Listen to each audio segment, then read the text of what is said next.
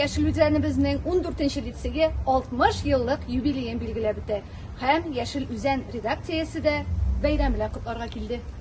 Школьные годы чудесные, с дружбою, с книгою, с песнею, когда они быстро летят, их не воротишь назад. Собрались в этом зале, маленьком, уютном, на наш день рождения. Сегодня мы отмечаем 60-летие нашей школы, которая в 1963 году открыла свои двери. Уже? Неужели прошло 10 лет? Все верно. Мы пришли в школу в год 50-летнего юбилея, а сейчас мы ее выпускники. Как быстро пролетели эти 10 лет. А пришла сюда работать группа подвижного дня. И маленькие ребятишки из детского сада пришли в 1 класс. Я их приняла. И в классе, где они занимались, разрисовала стену. По переулкам бродит лето, солнце льется прямо с крыш. В потоке солнечного света у киоска ты стоишь. Решите зачитать поздравительную папку от Михаила Павловича. Сегодня мы отмечаем прекрасное событие. Лицей номер 14 отмечает 60-летний юбилей. Заведение богато своей историей. Сегодня здесь обучаются более 900 лицеистов. Ребята принимают участие в всероссийских конкурсах, грантах, молодежных форумах и соревнованиях, демонстрируя отличные результаты.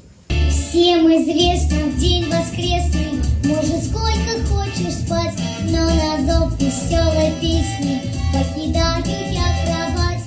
По постели не тоскуя, я приветствую зарю и мелодию простую на свои слова пою. 14-я школа всегда славилась учителями.